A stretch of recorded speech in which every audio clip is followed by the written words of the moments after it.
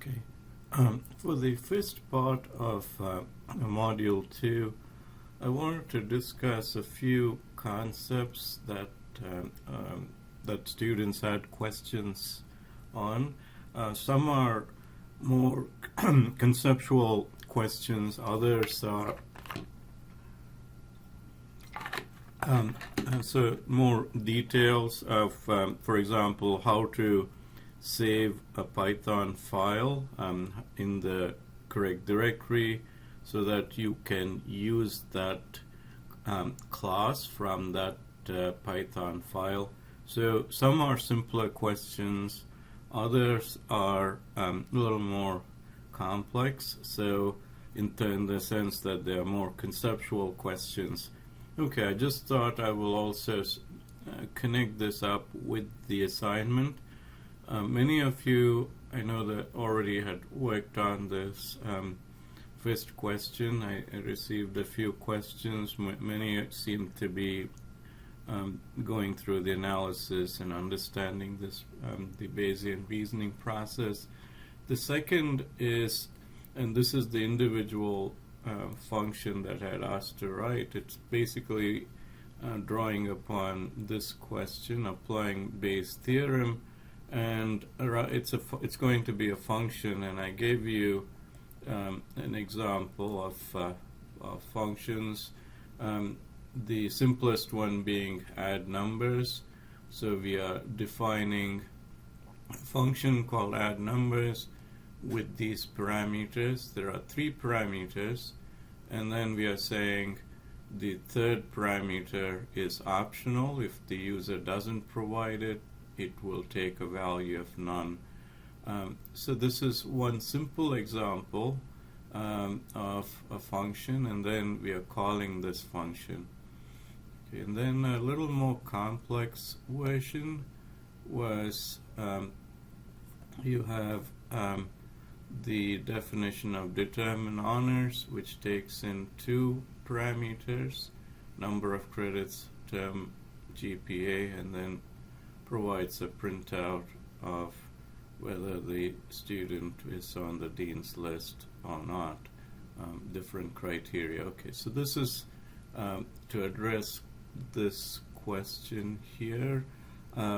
So one part is writing the function, and the second part I said is test the function's logic using doc type testing, and for that I've shown you how you can do doc type testing. So basically in this commented section you have a series of, this basically says that it takes, this method or function takes in 2 parameters, one being an integer for number of credits and the float for term GPA, and provides an output of a string. So doc type testing is basically where you set up these commented sections where this triple greater than sign, we call the method determine honors, give it some test values, and then we are expecting this result. Okay, so I've given 3 different sets of values with 3 different expected results. All of these are in this commented section with the triple quotes here. Okay. So single quote 3 times, and then the testing is I have to import this dot test and then use the dot test mod method on it, and so this would basically do the testing. So if you go through those 2, the functions and this testing using doc type, you should be able to address this question. The second part is the slightly more challenging conceptual question, and I want to make sure that I'm keeping track of time. So it's about 4 or 5 minutes in. Okay, so I'll try to lay out the conceptual piece for, so you have a set of 3 classes, but also associations between classes. And I said I've given you a start with the student class. So what I wanted to do now was to work through an example, and this document is posted on eCampus. So this example that I want to work through is where an employee works for a department. This is I've given you some business rules. Each employee works for one department. Each department has several employees. And as you can see, it's sort of simplified so that I can sort of show you the connection, how it's implemented, these associations in Python. And then you have, so this is a binary association because you have two classes involved, and it's a one-to-many binary, and you probably discussed this in data modeling in the previous course. And then this is a unary association where a manager manages several employees, but each employee is managed by one manager. And all of them exist inside of this employee class. Okay, so similarly you had in the homework courses being prerequisites for other courses. So there are some similar concepts that I wanted to address so that you can take those ideas and work through the questions on the homework. So these are the business rules applied on this model. So what I want to address next, obviously, is how do you implement it in Python? So I'm going to go through the process actually step by step so that you actually creating the class, creating the constructor. I'll actually type it out so that in case you are not clear, maybe that would clarify it. It might be a little slow for those of you who understand object-oriented concepts, but for others who may not have, I just want to take a few extra minutes to go through that. Let me see, again, I want to just make sure. Okay, I'd probably go another 5 minutes or so on this to set up the department class. Okay, so what I'm going to do is I'm at this class discussion directory. So currently my class discussion directory is empty, no files in there. So I'm going to go start up a Jupyter notebook.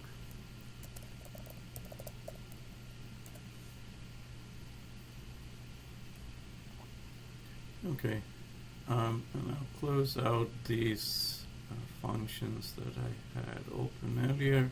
I will do some copy and paste later on, but otherwise it will just take a very, very long time. So the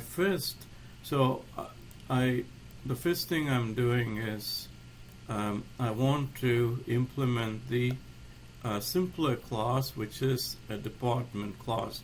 Now, the reason it is simpler is you have multiple employees associated with each department, and if you remember from the data modeling class, it's easier logically to have a connection to department from employee.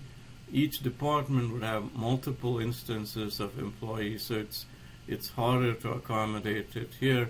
You could accommodate it in the object-oriented world, but it's cleaner or simpler to associate with employees. So I will start with department. So let's see. I started up. So I'll go to my Jupyter Notebooks window here and call this department. So I'm just calling it by whatever name I'm going to call that class. And then I'll just type in class department colon. So that's how I started off. And the pound sign indicates that it's a comment. So each class will have a constructor this is what creates objects of a class. So pretty much every time you create a class, you want to have a constructor, which is a method that creates objects of that class. Okay, so and the way you do it in Python is you use the define or def keyword followed by the double dashes. So it's underscore underscore 2 underscore. Init is the keyword for a constructor, underscore underscore. So whenever you have 2 underscores on both sides, it indicates a special type of method.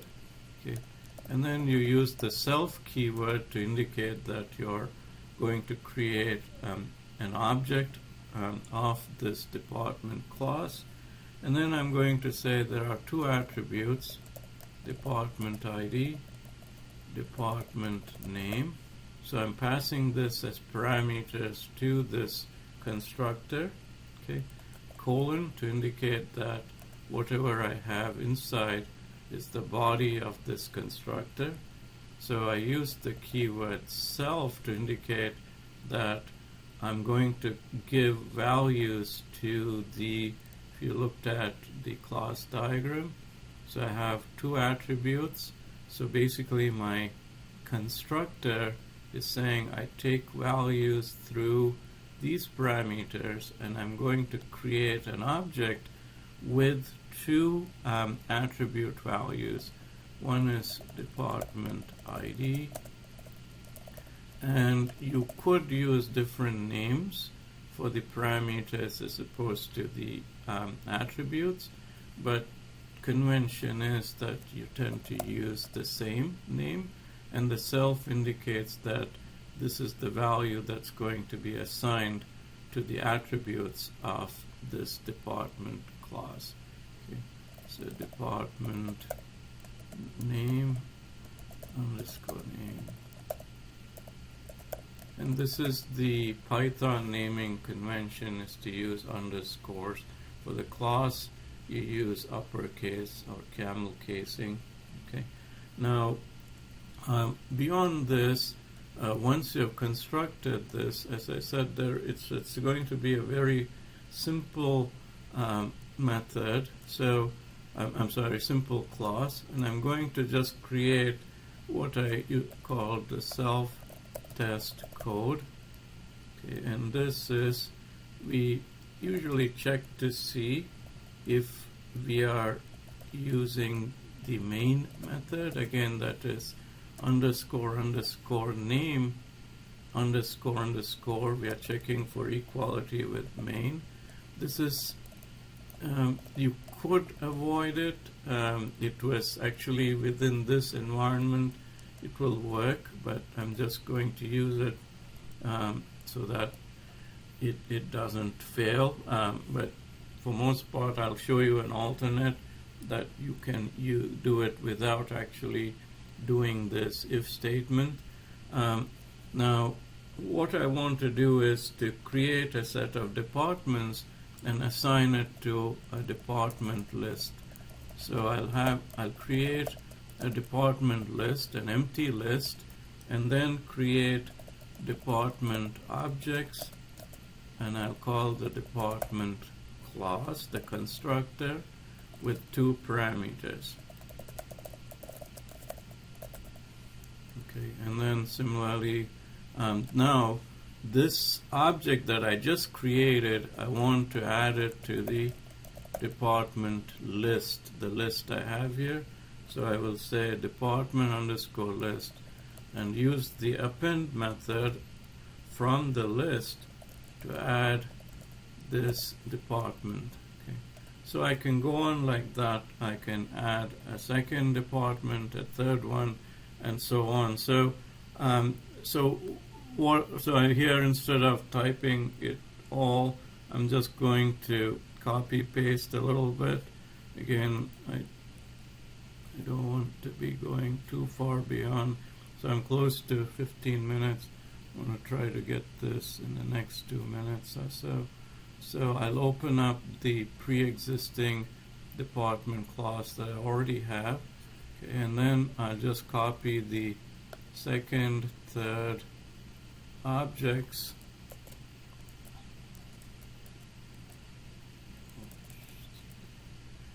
Need to get to this department here. Okay, I'll paste this.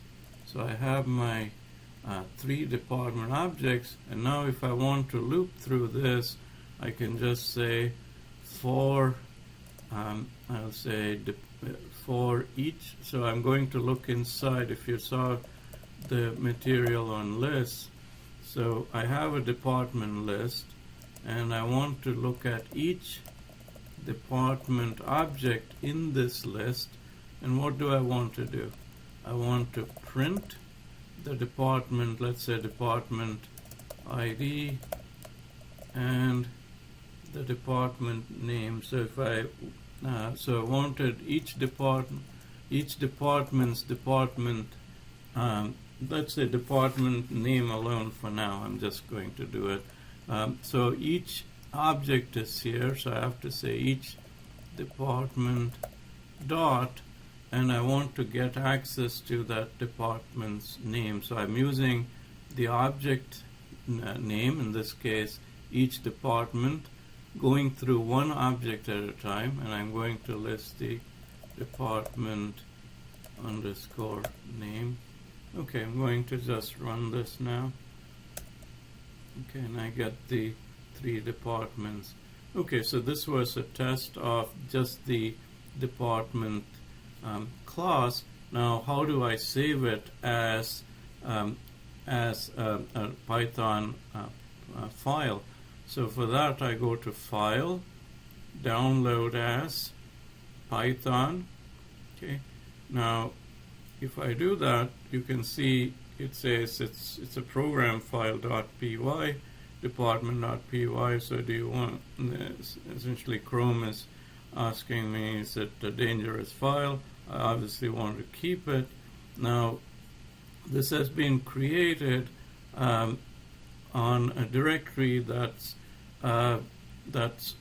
basically my, if I go to my settings, this is in Chrome, each of your browsers will have something similar where you can go to the settings, show advanced settings in this case, and you can see where you have downloads.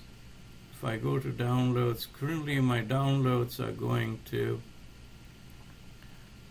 this class discussion directory.